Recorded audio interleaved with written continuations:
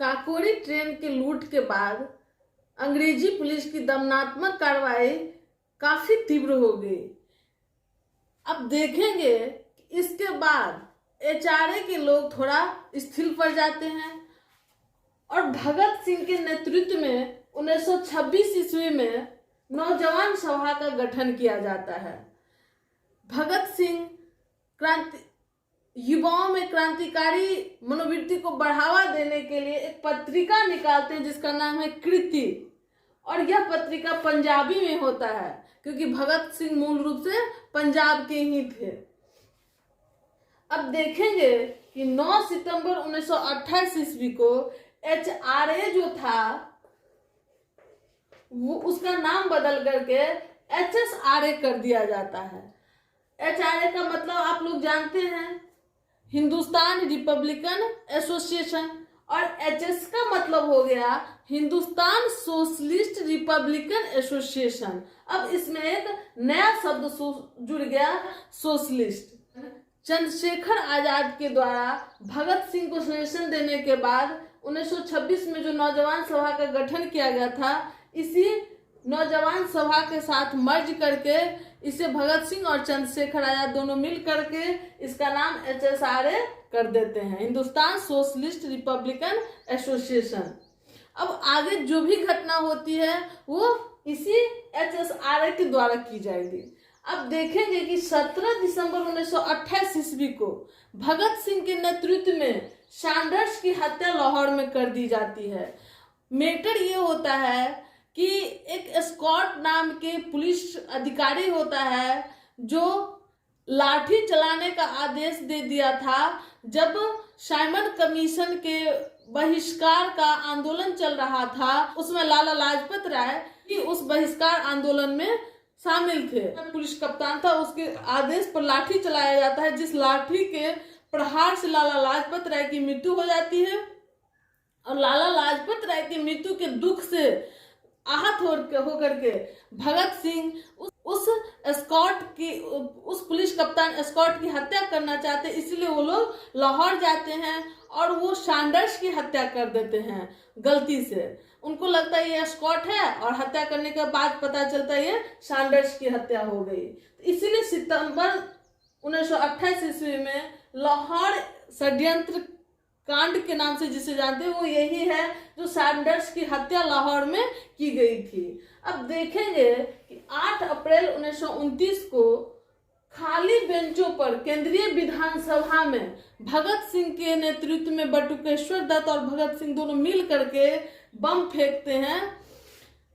इसके पीछे का मकसद ये होता है कि सैंडर्स की जो हत्या हो गई थी 17 दिसंबर 1928 ईस्वी में, तो जनता का ऐसा मानना हो गया था कि ये क्रांतिकारी अपने मकसद को पाने के लिए जो घटना का अंजाम देते हैं तो फिर ये अंजाम देने के बाद भाग जाते हैं और इसमें पिस जाती है निर्दोष जनता। तो इस क्रांतिकारी का अब साथ देना उचित नहीं है। एक निगेटिव सोच आम जनता के मन में इन क्रांतिकारियों के प्रति होने लगी थी।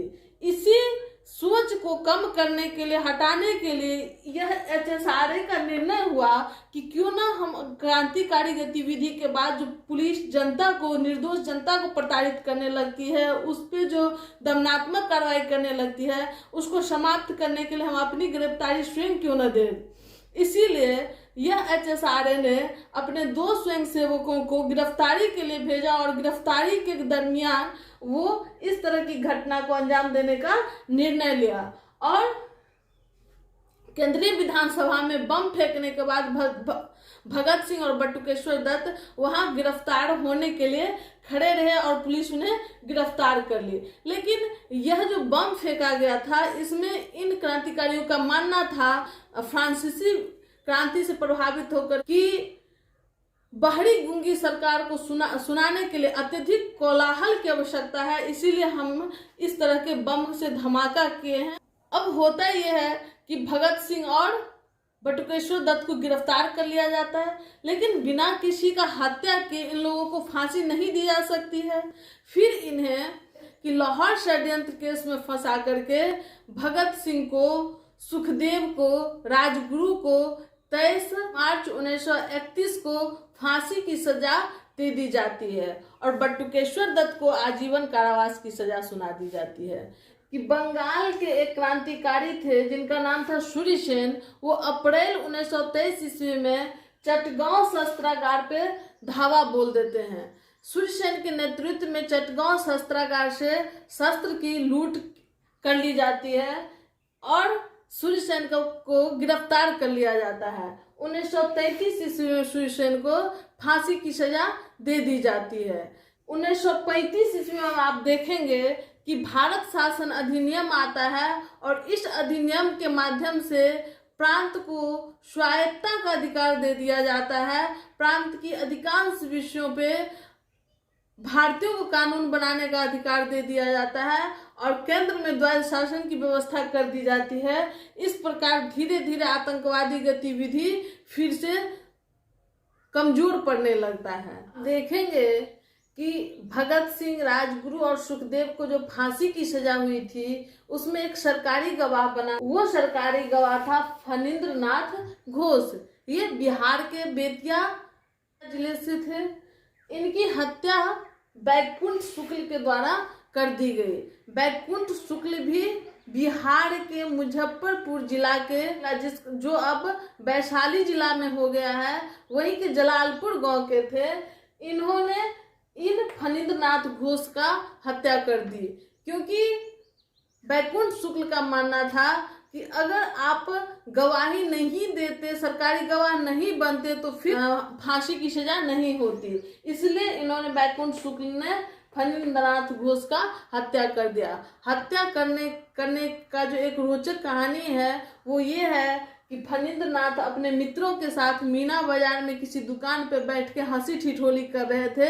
उसी समय एक तेज हथियार लेकर के बैकुंठ शुक्ल जाते हैं अपने झोला में लेकर के और वहीं पे उस तेज धार के हथियार से फणींद्र नाथ पे हमला करते हैं, जिससे वो घायल हो जाते हैं और बैकुंठ शुक्ल वहां से फरार हो जाते हैं। फरार होने के दरमियान में इनकी झोला वहां पे छूट जाती है और उसमें जो धोती रखी रहती है उसी धोती से पुलिस इन्हें फिर गिरफ्तार कर लेती है और सरकारी गवाह का हत्या करने के आरोप में 14 मई 1934 को इनको फांसी की सजा दे दी जाती है। इसी के साथ आज का वीडियो समाप्त होता है। धन्यवाद।